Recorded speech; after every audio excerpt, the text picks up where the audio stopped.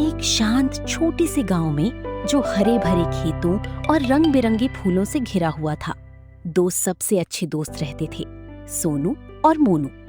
सोनू बहुत समझदार और शांत स्वभाव का था, जबकि मोनू मजाकिया और ऊर्जा से भरा हुआ था। दोनों दोस्त हर दिन साथ में खेलते, पतंग उड़ाते और नई नई जगहों की खोज करते थे।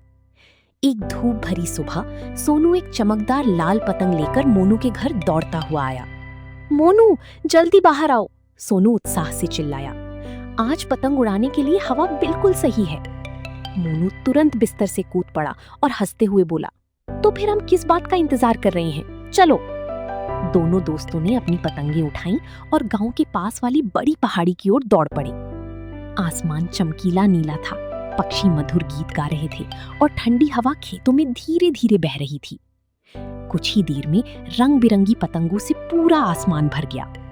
देखो, हमारी पतंग कितनी ऊंची उड़ रही है, मोनू खुशी से चिल्लाया। तभी अचानक तेज हवा का झोंका आया और उनकी पतंग दूर उड़ गई। अरे नहीं, सोनू घबराकर बोला, हमारी पतंग जंगल की तरफ जा रही है। बिना समय गंवाए दोनों दोस्त पतंग के पीछे भाग पड़े। उन्होंने छोटे छोटे नालों को पार किया, पत्थरों के ऊपर से छलांग लगाई और लंबी घास के बीच दौड़ते रहे।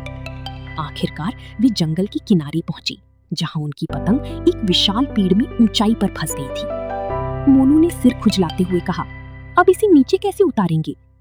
सोनू ने ध्यान से आसपास देखा और पास में पड़ी एक लंबी बांस की लकड़ी देखी। वो मुस्कुराया और बोला, मेरे पास एक उपाय है।